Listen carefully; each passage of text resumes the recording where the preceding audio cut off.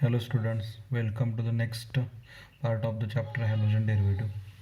याच्या अगोदरच्या लेक्चरमध्ये आपण जे पॉईंट पाहिले होते प्लेन पोलराइज्ड लाईट, त्याच्यामध्ये ऑर्डिनरी लाईट आपण अगोदर पाहिलं होतं, त्याच्यानंतर मोनोक्रोमॅटिक लाईट हे सुद्धा एक्सप्लेन केलेलं. प्लेन पोलराइज्ड लाईट नंतर आपण बघितले होते. प्लेन पोलराइज्ड लाईट म्हणजे काय तुम्हाला एक्सप्लेन केलेलं आहे. ही जी लाईट आहे ती व्हायब्रेट होताना एकाच प्लेनमध्ये त्या ठिकाणी स्पेसमध्ये व्हायब्रेट होतं, त्याला आपण प्लेन पोलराइज्ड लाईट म्हणतो. आणि ही लाईट जी आहे ती ऑर्डिनरी लाईटपासून त्या ठिकाणी मिळवली जाते. म्हणजे निकोल प्रिझम जे तो निकोल प्रिझम त्याच्यामधून त्या ठिकाणी आपण ऑर्डिनरी लाईट ज्यावेळेस पास आउट करतो त्यावेळेस त्याच्यामधून जी बाहेर लाईट पडते त्याला आपण प्लेन पोलराइज्ड लाईट म्हणतो. ठीक आहे. त्याच्यामध्ये सांगितलेलं होतं निकोल प्रिझम जे ते निकोल प्रिझम कशापासून बनवलं जातं त्याच्यावरती एक क्वेश्चन विचारला जातो. कॅल्साईट क्रिस्टल CaCO3 याच्यापासून त्या ठिकाणी प्रिपेअर केलं जातं. त्याच्यानंतर ऑप्टिकल ॲक्टिव्हिटी ही कन्सेप्ट जी आहे ती एक्सप्लेन केली होती. ज्यावेळेस आपण प्लेन पोलराइज्ड लाईट ही सोल्युशनमधून पासआउट करतो, एखादा ऑर्गॅनिक सबस्टन्स असेल त्याचं सोल्युशन असेल त्याच्यामधून आपण ज्यावेळेस पासआउट करतो त्यावेळेस प्लेन पोलराइज्ड लाईटचा प्लेन जो आहे तो लेफ्ट साईडला किंवा राईट साईडला रोटेट केला जातो. त्याला किंवा त्या कन्सेप्टला आपण ऑप्टिकल ॲक्टिव्हिटी म्हणतो आहे. ठीक आहे. ऑप्टिकल ॲक्टिव्ह मॉलिक्यूल जर बघितलं किंवा कंपाऊंड जे आहेत त्या कंपाऊंडमध्ये त्या ठिकाणी दोन टाईप्स येतात, ऑप्टिकल ॲक्टिव्ह सबस्टन्स किंवा कंपाऊंड. हे सबस्टन्स जे आहे हे सबस्टन्स त्या ठिकाणी फक्त काय करतात, प्लेन पोलराइज्ड लाईटचा प्लेन जो आहे तो रोटेट फक्त करतात लेफ्ट साईडला किंवा राईट साईडला. त्याच्यामध्ये दोन टाईप आहेत, डेक्स्ट्रो रोटेटरी सबस्टन्स आणि लिओ रोटेटरी सबस्टन्स. पुन्हा एकदा रिवाईज करतोय कारण की ही कन्सेप्ट जी आहे थोडीशी सोपी आहे पण लवकर अंडरस्टँड होण्यासाठी पुन्हा एकदा रिपीट करतोय. डेक्स्ट्रो रोटेटरी सबस्टन्स म्हणजेच काय, तर याच्यामध्ये ऑप्टिकली ॲक्टिव्ह जो सबस्टन्स असतो म्हणजे त्याच्यामध्ये कायरल कार्बन ॲटम हा प्रेझेंट असला पाहिजे असं एखादं सबस्टन्स असेल, तो सबस्टन्स या ठिकाणी काय करतो, प्लेन जो आहे तो प्लेन पोलराइज्ड लाईटचा हा रोटेट करताना डेक्स्ट्रोमध्ये हा राईट हँड साईडलाच म्हणजे क्लॉकवाईज डिरेक्शनने रोटेट केला जातो, म्हणून आपण त्याला डेक्स्ट्रो रोटेटरी सबस्टन्स म्हणतो. आणि दुसरा जो टाईप आहे त्याच्यामध्ये लिओ रोटेटरी सबस्टन्स. आता लिओ रोटेटरी सबस्टन्स जो आहे तो लिओ रोटेटरी सबस्टन्समध्ये या प्लेन पोलराइज्ड लाईट जे त्या प्लेन पोलराइज्ड लाईटचा प्लेन जो आहे तो रोटेट करताना त्या ठिकाणी लेफ्ट हँड साईडला रोटेट केला जातो, म्हणजेच अँटी क्लॉकवाईज डिरेक्शनने रोटेट केला जातो, आपण लिओ रोटेटरी सबस्टन्स म्हणते. त्याच्यानंतर आपण बघितलं होतं optically inactive molecule. Optically inactive molecule एखादा आपण सोल्युशन घेतलेलं किंवा एखादा कंपाऊंड असेल किंवा एखादा सबस्टन्स असेल त्या सबस्टन्समधून आपण ज्यावेळेस प्लेन पोलराइज्ड लाईट पास करतो त्यावेळेस त्या ठिकाणी त्याचा प्लेन जो आहे तो प्लेन कुठल्याही अँगलने रोटेट होत नाही, लेफ्ट साईडला सुद्धा रोटेट होत नाही किंवा राईट साईडला ॲज इट इज आहे तशीच त्या ठिकाणी लाईट जी आहे ती त्याच्यामधून एमर्ज आउट होते, त्याला आपण त्या ठिकाणी ऑप्टिकली इनॲक्टिव्ह मॉलिक्यूल म्हणतो. ठीक आहे. ह्या कन्सेप्ट आपण बघितले. त्याचबरोबर रेसिमिक मिक्सचर जे ते रेसिमिक मिक्सचरसुद्धा एक्सप्लेन केलं होतं. रेसिमिक मिक्सचर म्हणजेच काय, डेक्स्ट्रो आणि लिओ फॉर्म हे जे आहेत इक्वल अमाऊंटमध्ये ज्यावेळेस आपण घेतो त्यावेळेस जे तयार होतं मिक्सचर त्या मिक्सरला त्या ठिकाणी आपण काय म्हणतो, रेसिमेट म्हणतो. आणि हे इक्वल अमाऊंटमध्ये डेक्स्ट्रो आणि लिओ फॉर्म घेतल्यामुळे एक्सटर्नल कॉम्पेन्सेशनमुळे त्या ठिकाणी ती जो सोल्युशन आहे ते सोल्युशन किंवा ते जे तयार केलेलं तुमचा सबस्टन्स असेल तो त्या ठिकाणी काय राहतो, ऑप्टिकली इनॲक्टिव्ह राहतो. हे एक त्याच्यामध्ये महत्त्वाचा पार्ट आहे. याच्यामध्ये एक क्वेश्चन विचारला जातो, रेसिमिक मिक्सचर आणि रेसिमेट हे ऑप्टिकली इनॲक्टिव्ह राहतं. ठीक आहे. इथपर्यंतचा पॉईंट जो आहे तो आपण काल पाहिला होता. त्याच्यानंतरचा पुढचा पॉईंट जो आहे तो महत्त्वाचा आहे. त्याच्यावरती एक क्वेश्चन विचारला जातो. पुढची कन्सेप्ट जी आहे ती इनॅन्शिओमर्स. आता हे इनॅन्शिओमर्स जे आहेत हे पेयर्स असतात, इनॅन्शिओमरच्या पेयर्स असतात. म्हणजे इनॅन्शिओमर एक्झॅक्टली काय असतात याच्या अगोदर आपण जे पॉईंट्स बघितलेले त्याचाच आधार घेऊन हे इनॅन्शिओमर्स जे आहेत ते आपल्याला डिफाईन करायचे आहेत. इनॅन्शिओमर म्हणजेच काय असतात तर स्टेरिओ आयसोमर्स असतात. म्हणजे स्टेरिओ आयसोमर्स त्या ठिकाणी काय असतात, non super impossible mirror images असतात. एकमेकाच्या non super impossible mirror images त्या ठिकाणी फॉर्म करतात आणि ते जे आहेत ते प्लेन आहे प्लेन पोलराइज्ड लाईटचा तो त्या ठिकाणी रोटेट करतात सेम अँगलने पण अपोजिट डिरेक्शनने, आणि त्या पेयरला त्या ठिकाणी काय म्हटलं जातं, इनॅन्शिओमर्स म्हटलं जातं. महत्त्वाचा पॉईंट आहे बघा. इनॅन्शिओमर्स म्हणजेच काय, तर हे इनॅन्शिओमर्स स्टेरिओ आयसोमर्स असतात. म्हणजे मॉलिक्यूल जे आहेत त्या मॉलिक्यूलमध्ये कायरल कार्बन ॲटम हा प्रेझेंट असणार आहेत आणि ते त्या ठिकाणी काय करतात तर they are non super impossible mirror images of each other. म्हणजे त्या एकमेकाच्या मिरर इमेज असतात पण नॉन सुपर इम्पॉसिबल, ते सुद्धा तुम्हाला एक्सप्लेन केलेलं. नॉन सुपर इम्पॉसिबल म्हणजेच काय, एकमेकाच्या मिरर इमेजेस आहेत पण ते त्या ठिकाणी एकमेकांसारख्या नसतात, त्या आयडेंटिकल नसतात. एकमेकांवरती आपण जर प्लेस केल्या तर ते एक्झॅक्टली मॅच होत नाहीत, कोइन्साइड होत नाहीत. त्यालाच आपण त्या ठिकाणी काय म्हणतोय, non super impossible mirror image. Mirror image आहेत पण ते त्या ठिकाणी आयडेंटिकल असत नाहीत, महत्त्वाचं पॉईंट. आणि त्या ज्या इमेजेस आहेत ते त्या ठिकाणी प्लेन पोलराइज्ड लाईटचा प्लेन जो आहे तो त्या ठिकाणी रोटेट करतात, आणि ते रोटेट केल्यानंतर सेम अँगलनं रोटेट करतात पण अपोजिट डिरेक्शनने रोटेट करतात. म्हणजे लेफ्ट हँड साईडला एक रोटेट करेल आणि एक जो आहे तो राईट हँड साईडला रोटेट करेल, पण त्याच्यामध्ये जो अँगल क्रिएट होतो तो अँगल क्रिएट झालेला मात्र त्या ठिकाणी काय राहतो, सेम राहतो. यांना आपण त्या ठिकाणी काय म्हणतो, इनॅन्शिओमर्स असं त्या ठिकाणी म्हणतो. बघा डेफिनेशन जे आहे डेफिनेशन मी रीड करतो म्हणजे तुम्हाला लक्षात येईल.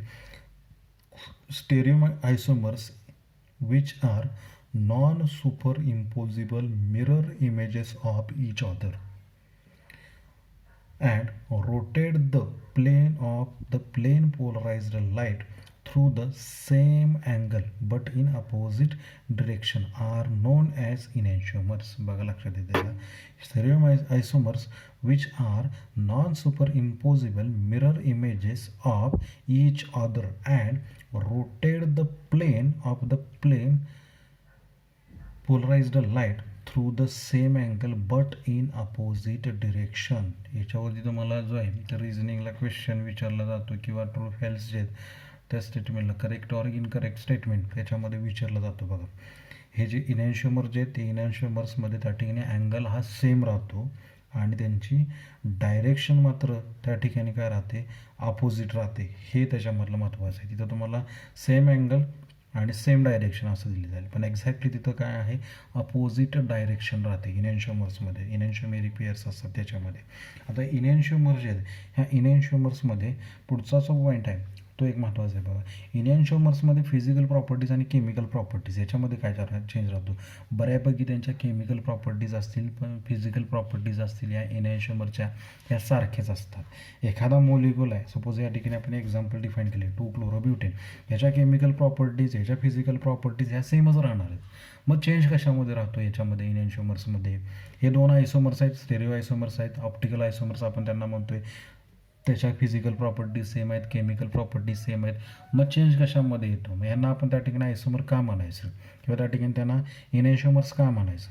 आता यामध्ये जर बघितलं आयडेंटिकल फिजिकल प्रॉपर्टीज असतात पण त्याच्यामध्ये एक्सेप्शनल एक आहे, आपण वरतीच डिफाईन केलेलं आहे. याच्यामध्ये हे जे तुमचे जे दोन वेगवेगळे ऑप्टिकल आयसोमर्स जे आहेत हे दोन ऑप्टिकल आयसोमर्स हे त्या ठिकाणी मिरर इमेजेस आहेत, एकमेकाच्या मिरर इमेजेस आहेत. आता 2-क्लोरोब्युटेन जर बघितलं इथं मी खाली असं केलं, हे एक आयसोमर आहे आणि हे एक आयसोमर आहे. याला आपण त्या ठिकाणी काय म्हणतो, D2-क्लोरोब्युटेन किंवा +2-क्लोरोब्युटेन आणि L2-क्लोरोब्युटेन, त्यालाच आपण त्या ठिकाणी -2-क्लोरोब्युटेन असं म्हणतो. हे दोन वेगवेगळे आहेत. याच्या केमिकल प्रॉपर्टी दोघांच्या पण सारख्या आहेत, फिजिकल प्रॉपर्टी पण सारख्या आहेत, पण याच्यामध्ये चेंज जो आहे तो चेंज काय राहतो तो महत्त्वाचा आहे.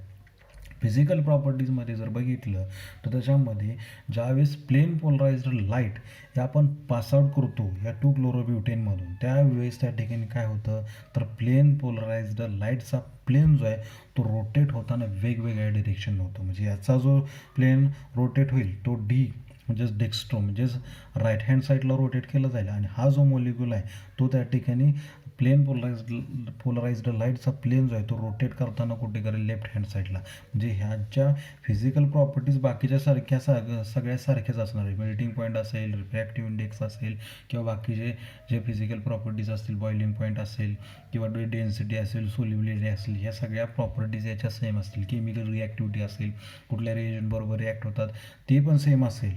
पण एक्सेप्शनल त्या ठिकाणी फिजिकल प्रॉपर्टीजमध्ये काय राहतं तर डायरेक्शन जो आहे तो रोटेशनचा त्या ठिकाणी प्लेनचं काय राहतं वेगवेगळं राहतं. हे त्याच्यामध्ये महत्त्वाचं आहे. आता केमिकल प्रॉपर्टीज ह्या सुद्धा सेम असतात, मग त्याच्यामध्ये डिफरन्स कशामध्ये येतो, ज्यावेळेस आपण ऑप्टिकली ॲक्टिव्ह रिएजंट्स घेतो त्यावेळेस मात्र ऑप्टिकल ॲक्टिव्ह रिएजंट्स बरोबर रिॲक्ट होताना फक्त त्या ठिकाणी हे वेगवेगळे रिॲक्ट होतात. म्हणजे हे एल फॉर्म असेल तर ऑप्टिकली ॲक्टिव्ह रिएजंट एखादा असेल तो रिॲक्ट होताना वेगळ्या पद्धतीने याच्याशी रिॲक्ट होतो आणि हा सुद्धा वेगळ्या पद्धतीने रिॲक्ट होतो. म्हणजे त्याच्यामध्ये जे प्रोडक्ट फॉर्म होतात ते प्रोडक्ट वेगवेगळे तयार होतात. हे त्याच्यामध्ये महत्त्वाचा पार्ट आहे. हा लक्षात ठेवा. इनॅन्शिओमर्स पुन्हा एकदा मी प्रॉपर्टी वापरतो, वाचतो बघा. Enantiomers have identical physical properties except the direction of rotation of plane polarized light through the amount of rotation is same. त्याच्यामध्ये रोटेशन हे सारखंच राहतं. म्हणजेच काय, अँगल हा सेम राहतो, फक्त त्याच्यामध्ये डिफरन्स काय होतो तर त्या ठिकाणी प्लेनचं रोटेशन एकाचं त्या ठिकाणी लेफ्ट हँड साईडला असेल, दुसऱ्याचं राईट हँड साईडला असेल. अँगल हा सेमच राहणार आहे. याच्यामध्ये अँगल सेम राहणार आहे आणि याच्यामध्ये सुद्धा अँगल हा सेमच राहणार आहे. केमिकल प्रॉपर्टीज जर बघितलं तर त्याच्यामध्ये केमिकल प्रॉपर्टीजमध्ये काय राहतं, ऑप्टिकली ॲक्टिव्ह रिएजंट जे आहेत त्या ऑप्टिकल ॲक्टिव्ह रिएजंटकडे त्या ठिकाणी त्याची रिॲक्टिव्हिटी जी आहे ती डिफरंट राहते. एक्सेप्शन इथं वेगळी रिॲक्टिव्हिटी असणार आहे, इथं वेगळी रिॲक्टिव्हिटी असणार आहे. इथं प्रोडक्ट वेगळा फॉर्म होणार, इथं प्रोडक्ट जो आहे तो वेगळा फॉर्म होणार आहे. तो सुद्धा ऑप्टिकली ॲक्टिव्ह असणार आणि याच्याप्रमाणेच तिकडं पुढे गेल्यानंतर आपल्याला ते समजेल. रिॲक्शन ज्यावेळेस आपण बघणार आहे त्यावेळेस तुम्हाला एक्सप्लेन केलं जाईल. ठीक आहे. हे झालं इनॅन्शिओमर्स. बघा इनॅन्शिओमर्स हा एक पॉईंट खूप महत्त्वाचा आहे. त्याच्यामध्ये काय काय महत्त्वाचं आहे ते तुम्हाला सांगितलेलं आहे. आयसोमेरिझम कन्सेप्टच ही खूप महत्त्वाची आहे. आयसोमेरिझमच्या अंडरच येते. इनॅन्शिओमर्स जे ते इनॅन्शिओमर्स ही कन्सेप्ट आयसोमेरिझमच्या अंडरच येते. Same molecular formula, same structural formula, फक्त प्लेन पोलराइज्ड लाईटचं रोटेशन जे ते फक्त वेगळं राहते. अपोजिट डिरेक्शनने आणि सेम अँगलने त्या ठिकाणी हे जे आहेत ते मॉलिक्यूल काय करतात, रोटेट होतात. ठीक आहे. हे झालं इनॅन्शिओमर्स. इनॅन्शिओमर्स नंतर त्या ठिकाणी आपल्याला बघायचं आहे हे जे मॉलिक्यूल जे आहेत त्या मॉलिक्यूलचं रिप्रेझेंटेशन. ऑप्टिकली ॲक्टिव्ह मॉलिक्यूल जे ते optically active molecule exactly represent करताना कसे रिप्रेझेंट केले जातात. तर रिप्रेझेंटेशनमध्ये जर बघितलं तर हे रिप्रेझेंटेशन करताना मॉलिक्यूल दोन पद्धतीने आपण रिप्रेझेंट करतो, फिशर प्रोजेक्शन फॉर्म्युला आणि वेज फॉर्म्युला. तर फिशर प्रोजेक्शन फॉर्म्युला आपण 11th स्टँडर्डमध्ये बघितलेच. थोडक्यात 11th स्टँडर्डमध्ये आपण सगळेचे सगळे बघितलेले आहेत फॉर्म्युले. फिशर प्रोजेक्शन फॉर्म्युला असेल, वेज फॉर्म्युला असेल किंवा त्या ठिकाणी त्याच्यामध्ये आपण बघितलेला कोणता होता, न्यूमन्स प्रोजेक्शन फॉर्म्युला असेल.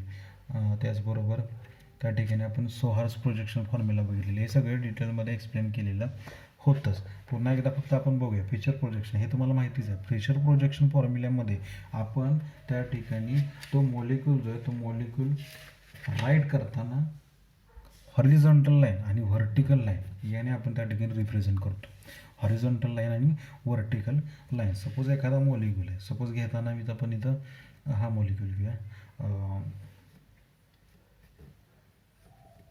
CH3 देन CHCl CH2 आणि CS2 क्लोरोब्युटेनचाच मॉलिक्यूल घेऊया. इथं त्या ठिकाणी कायरल कार्बन ॲटम आहे प्रेझेंट, बरोबर. मग ऑप्टिकली ॲक्टिव्ह मॉलिक्यूल जो आहे तो आपल्याला राईट करायचा आहे, पण तो कोणत्या फॉर्ममध्ये, तर फिशर प्रोजेक्शन फॉर्म्युल्यामध्ये राईट करायचं आहे. मग काय करायचं आहे, फिशर प्रोजेक्शन फॉर्म्युल्यामध्ये आपण एक हॉरिझॉन्टल लाईन आणि एक व्हर्टिकल लाईन त्या ठिकाणी असाइन करतो. हा जो असेल हा त्या ठिकाणी काय असणार आहे, काय असेल तर असिमेट्रिक कार्बन ॲटम. ठीक आहे. हा असिमेट्रिक कार्बन ॲटम आहे, त्याला 4 वेगवेगळे ग्रुप जे आहेत ते अटॅच आहेत. हे 4 वेगवेगळे ग्रुप जे आहेत अटॅच झालेलं आपल्याला डिफाईन करायचं. मग आता इथं मी राईट करताना हा C2H5 ग्रुप इथं राईट केला, हा Cl ग्रुप जो आहे तो इथं राईट केला, हा CS3 ग्रुप जो आहे तो या साईडला राईट केला आणि हा हायड्रोजन ॲटम या साईडला राईट केला. हे झालं त्या ठिकाणी फिशर प्रोजेक्शन फॉर्म्युल्यामध्ये त्याचं रिप्रेझेंटेशन. हा मॉलिक्यूल तुम्हाला कसाही दिलं जाईल. लक्षात आलं. व्हर्टिकल लाईन, हॉरिझॉन्टल लाईन कसेही ग्रुप प्लेस केलेले दिले जातील. व्हर्टिकल लाईन्स आणि हॉरिझॉन्टल लाईन्स हे लक्षात ठेवा. फिशर प्रोजेक्शन फॉर्म्युला राईट करताना आपण या पद्धतीनं राईट करतो. आता याचं कन्व्हर्जन केलं तर कसं कन्व्हर्जन होतं बघा. जे हा सपोज त्या ठिकाणी हा असिमेट्रिक कार्बन ॲटम आहे आणि ह्या मी लाईन्स ड्रॉ केलेले आहेत आणि हा C2H5 ग्रुप इथं लिहिलेला आहे. दुसरीकडं या अपोजिट साईडला मी इथं लाईन्स ड्रॉ केल्या, इथं त्या ठिकाणी Cl ॲटम आहे. इकडं थिक लाईनने जो आहे तो हायड्रोजन ॲटम आहे. ह्याच मॉलिक्यूल मी इकडं राईट करतो आणि हा CH3 जो आहे तो या साईडला आहे. आता हे व्हर्टिकल लाईन्सवरचे जे ग्रुप जे हे एक्झॅक्टली कुठं राहतात आणि जे हॉरिझॉन्टल लाईनवरचे जे ग्रुप्स आहेत ते एक्झॅक्टली कुठं राहतात ते आपण रिप्रेझेंट करताना इथं रिप्रेझेंट केले. एक थिक लाईनने दाखवलं आहे आणि एक डॉटेड लाईनने दाखवलेलं आहे. तर हे जे डॉटेड लाईनने दाखवलेले आहेत ते कुठं असणार आहे, बिलो द प्लेन. पेपरचा प्लेन जो असेल त्या प्लेनवरती आपण रिप्रेझेंट करतो आहे. त्या पेपरच्या प्लेनच्या पाठीमागं असणार आहेत हे डॉटेड लाईनने दाखवलेले ग्रुप. कुठले आहे, C2H5 आणि Cl. ठीक आहे.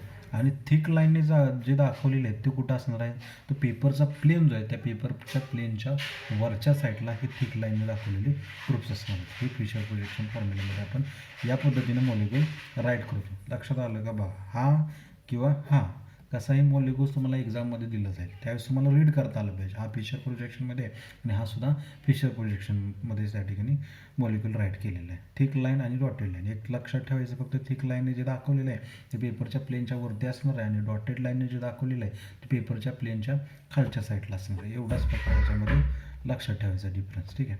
आता नेक्स्ट जो आहे तो म्हणजे वेज फॉर्म्युला. वेज फॉर्म्युला आपण नेहमी राईट करतो. वेज फॉर्म्युला हे महत्त्वाचंच आहे. वेज फॉर्म्युला तुम्हाला रिप्रेझेंट करता आलाच पाहिजे. ठीक आहे. आता हा मॉलिक्यूल मी राईट करतो इथं कुठला, CBr Cl I आणि H. ठीक आहे. हा मॉलिक्यूल आहे किंवा मी असं राईट करतो CHBr Cl आणि I. ठीक आहे. कसाही मॉलिक्यूल दिला जाईल. आता हा मॉलिक्यूल आपल्याला वेज फॉर्म्युल्यामध्ये रिप्रेझेंट करायचा आहे. आता वेज फॉर्म्युलामध्ये जर बघितलं तर हा कार्बन ॲटम जो आहे तो कार्बन ॲटम आपण काय म्हणतो, सिमेट्रिक कार्बन ॲटम आहे का, तर आहे. हायड्रोजन आहे, ब्रोमिन आहे, Cl आहे आणि आयोडीन ॲटम त्याला कनेक्ट आहे. म्हणजे हा असिमेट्रिक कार्बन ॲटम आहे. म्हणजेच हा काय आहे, ऑप्टिकली ॲक्टिव्ह मॉलिक्यूल आहे. ठीक आहे. हा ऑप्टिकली ॲक्टिव्ह मॉलिक्यूल जो आहे तो आपल्याला वेज फॉर्म्युल्यामध्ये डिफाईन करायचा आहे. मग हा कार्बन ॲटम अगोदर आपण राईट करूया. कार्बन ॲटमचं हायब्रिडायझेशन माहीत आहे, sp3 आहे. म्हणजेच त्या ठिकाणी त्याचं जॉमेट्री जर बघितली तर काय राहणार आहे, टेट्राहायड्रलची जॉमेट्री राहणार आहे. म्हणजे टेट्राहायड्रलची जॉमेट्री आहे ते टेट्राहायड्रॉनच्या कॉर्नरवरती त्या ठिकाणी हे ॲटम जे हे ॲटम काय असतात, प्लेस केलेले असतात. मग हा टेट्राहायड्रॉन जे त्या टेट्राहायड्रॉनमध्ये जर बघितलं तर अँगल जो आहे तो किती राहतो, 109 डिग्रीने 109 डिग्री हा बॉन्डमध्ये अँगल राहतो. आता हे जे आहे ते आपल्याला डिफाईन करायचं. आता यामध्ये मी डिफाईन करताना अगोदर हायड्रोजन ॲटम जो आहे तो राईट करतो. मग हायड्रोजन ॲटम राईट करताना मी या साईडला राईट केला. ठीक आहे. आणि हा हायड्रोजन ॲटम मी दाखवताना अटॅच झालेला कार्बन ॲटमला थिक लाईनने दाखवलेलं आहे. देन नेक्स्ट आयोडीन ॲटम जो आहे तो आयोडीन ॲटम मी या साईडला दाखवतो आहे आणि हा दाखवताना डॉटेड लाईनने दाखवलेला आहे. देन ब्रोमिन ॲटम जो आहे तो कनेक्ट आहे कशाला, या कार्बन ॲटमला. तो दाखवताना मी नॉर्मल लाईनने दाखवलेला आहे. आणि एक जो आहे राहिलेला तो म्हणजे क्लोरीन ॲटम, तो सुद्धा मी नॉर्मल लाईननेच दाखवलेला आहे. आता यामध्ये जर बघितलं इथं आपण जसं सांगितलेलं तसंच थिक लाईनने जो आपण ॲटम कनेक्ट केलेला आहे कार्बन ॲटमला म्हणजे बॉन्डअप केलेला आहे तो जो आहे तो पेपरच्या प्लेनच्या कुठे राहतो, तर वरती राहतो. आणि डॉटेड लाईनने जो दाखवलेला ॲटम आहे तो पेपरच्या प्लेनच्या कुठं राहतो, तर खाली राहतो. ते पेपरच्या प्लेनच्या वरती आणि एक पेपरच्या प्लेनच्या खाली थिक लाईनने दाखवलेलं. रिप्रेझेंटेशन फक्त लक्षात घ्या. थिक लाईनने जर एखादा ॲटम कनेक्ट केलेला असेल तर तो त्या ठिकाणी पेपरच्या प्लेनच्या वरती असतो आणि डॉटेड लाईनने जर एखादा ॲटम दाखवलेला असेल तर तो पेपरच्या प्लेनच्या खाली राहतो. आणि जे नॉर्मल लाईन्सने दाखवलेले जे ॲटम्स आहेत ते नॉर्मल लाईन्सने दाखवलेले ॲटम हे कुठं असतात, पेपरच्या प्लेनच्या वरती पेपरच्या प्लेनमध्ये असतात. हे त्याच्यामध्ये महत्त्वाचं आहे. हे झालेलंच आहे, सोपं आहे. याच्यामध्ये काय आहे सुद्धा अवघड नाही. फक्त लक्षात ठेवा पेपरच्या प्लेनवरती कोण असणार आहे, तर हे नॉर्मल लाईन्सने दाखवलेले ॲटम. पेपरच्या प्लेनच्या वरती कोण असेल तर त्या ठिकाणी थिक लाईनने दाखवलेले ॲटम. आणि पेपरच्या प्लेनच्या खालच्या साईडला कोण असेल तर डॉटेड लाईनने दाखवलेले ॲटम हा पेपरच्या प्लेनच्या खाली असणार आहे. हे झाले वेज फॉर्म्युला. बघा याच्यामध्ये काय शंका असेल तर बघा साधं सोपं आहे. वेज फॉर्म्युला फक्त त्याच्यामध्ये महत्त्वाचं आहे. जनरली तुम्हाला एक्झाममध्ये देताना वेज फॉर्ममध्ये मॉलिक्यूल दिला जातो, तो मॉलिक्यूल फक्त रीड करता आला पाहिजे.